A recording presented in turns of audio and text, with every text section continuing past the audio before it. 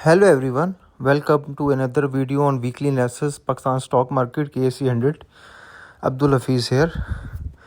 अच्छा, ये जो वीडियो है इसको मोबाइल पे आप देख रहे होंगे, तो इसको फुल स्क्रीन कर दें ताकि फुल व्यू आपको मिले। ये पाकिस्तान स्टॉक मार्केट का जो इंडेक्स है KSE 100, उसका डेली टाइम फ्रेम का चार्ट है और मार्केट ने एक मैसिव करेक्शन ऑलरेडी कंप्लीट की हुई है। 1,44,00,000 तक इसका डिप लगा था। उसके बाद मार्केट आहिस्ता आहिस्ता ऊपर आ रही है। कुछ ज़्यादा प्राइस एक्शन नहीं हुई, ज़्यादा आपको गैप्स ही नज़र आ रहे हैं, लेकिन समहाउ मैनेज कर रही है मार्केट, अपना हायर हाइज बनाती जा रही है। अब अगर जो प्रीवियस ड्रॉप है इसका 78% पार्ट लें तो वो बनता है 1,81,000, 181K। ठीक है, तो ये इसकी स्ट्रॉन्ग रेजिस्टेंस लेवल है। इसी वजह से मार्केट स्ट्रगल कर रही है 181K को क्रॉस करना, और वहाँ बार बार रेजिस्टेंस ले रही है। दुनिया के हालात देखें तो US ईरान का भी फिर मसला बना हुआ है। लेबनान, इसराइल, US ईरान, तो वो आपस में फिर इशू बना हुआ है। ठीक है, तो मे बी मार्केट उस पर भी रिएक्शन दे और कल मंडे नेक्स्ट वीक थोड़ा सा मार्केट शायद थोड़ा सा प्रेशर ले। लेकिन अगर इस स्ट्रक्चर के अकॉर्डिंग, ये जो गिवन स्ट्रक्चर है हमारे सामने है, इसके अकॉर्डिंग देखा जाए तो अगर मार्केट 1,81,000 प्लस होती है, ब्रेकआउट करती है 1,81,000, 1,82,000, फिर मार्केट को हम बुलिश देख रहे हैं ऊपर की तरफ। फिर मार्केट नेक्स्ट 1,91,000, 2 लाख की तरफ प्रोग्रेस कर सकती है। ठीक है, लेकिन अगर मार्केट जब तक 1,81,000 से नीचे है तो एक थोड़ा सा डर है, थ्रेट है, डर है कि मार्केट नीचे अपने जो गैप्स हैं ना, नीचे 1,52,000 और 1,72,000, पहले तो 1,72,000 और फिर नीचे 1,52,000, ये जो गैप छोड़ के आ रही है इसको फिल करने शायद जाए।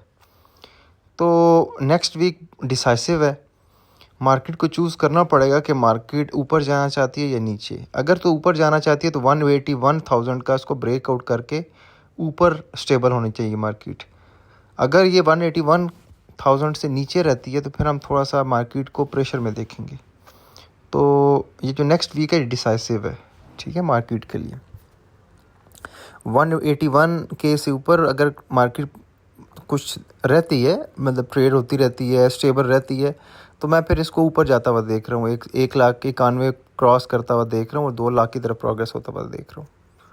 ठीक है, तो ये मार्केट का मेरा व्यू है नेक्स्ट वीक के लिए कि हम 181K के एक ऐसे लेवल पे खड़े हैं जहां हमने डिसाइड करना है अप या डाउन।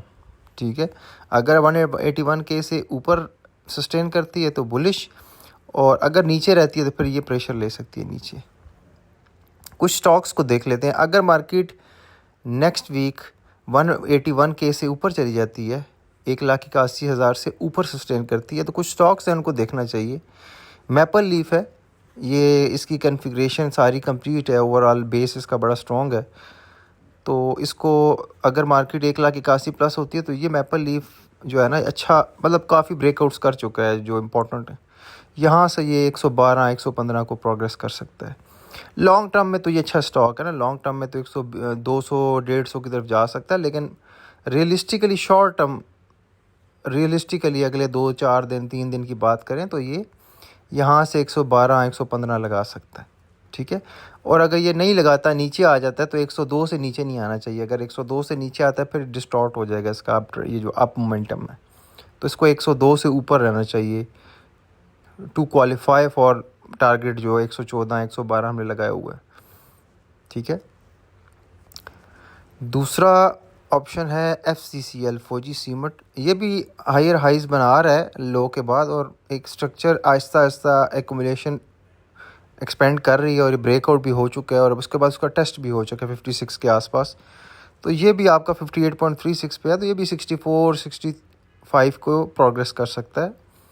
ठीक है, और इसके लिए भी ये है कि 1,81,000 से ऊपर मार्केट प्लस में रहे तो ये फेयर चांस है कि ये आपका मैपल लीफ भी और ये FCCL भी अपने 5 to 10% अपसाइड दिखा सकते हैं नेक्स्ट वीक।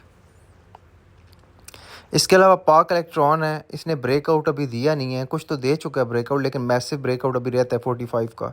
अगर तो ये 45 का ब्रेकआउट करता है तो इमीडिएटली ये आपका ना 48 और 50 का साइकोलॉजिकल फिगर जो है उसको ये टेस्ट करेगा। ठीक है, तो ये बिल्कुल एक डिसाइसिव पॉइंट पे है और मेरा ख्याल है ये ब्रेकआउट कर जाएगा अगर मार्केट 1,81,000 से ऊपर जाती है तो। और ये 45 से इसका ब्रेकआउट होता है तो ये 4-5 रुपये इधर ऐड कर जाएगा। तो शॉर्ट टर्म इसको भी मैं 47-48 पे जाता हुआ देख रहा हूँ।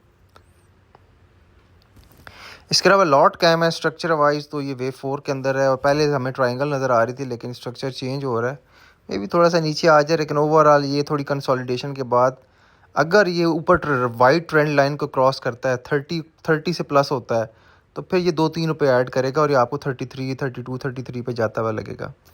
अब मैं जितने भी ये जो छोटे छोटे मूव बता रहा हूँ ये रियलिस्टिक मूव है, मतलब ये एक बड़ी ओवरऑल तो ये सारे स्टॉक्स अच्छे हैं, ऊपर जा सकते हैं मैसिव, मतलब 20% 30% ऊपर जा सकते हैं, लेकिन एक रियलिस्टिक अप्रोच से चलें कि हमारा टारगेट हिट होने वाला ना, तो वो फिर 5% 10% के हिसाब से तो ये इनमें वो मूव आ सकती है।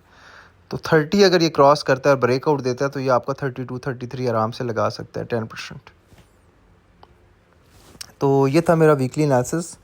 थोड़ा सा कन्फ्यूजन है कि आगे मार्केट रिएक्ट किस तरह करती है, कभी यूएस ईरान की डील हो जाती है, कभी उनका फिर सीज़ फायर के अंदर फिर वो आप एक दूसरे पर अटैक कर रहे हैं, तो थोड़ा सा सिचुएशन ट्रिकी है और मुश्किल हो जाता है इस सिचुएशन में बताना कि एक्जैक्टली मार्केट चाह क्या रही है।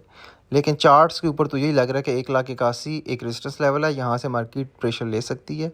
अगर मार्केट इससे ऊपर सस्टेन करती है तो ऊपर की साइड जा सकती है। ठीक है, ओवरऑल यूएस ईरान की जो अभी सिचुएशन चल रही है इसको देखें तो मार्केट मंडे से थोड़ा सा प्रेशर ले। ठीक है, थैंक यू।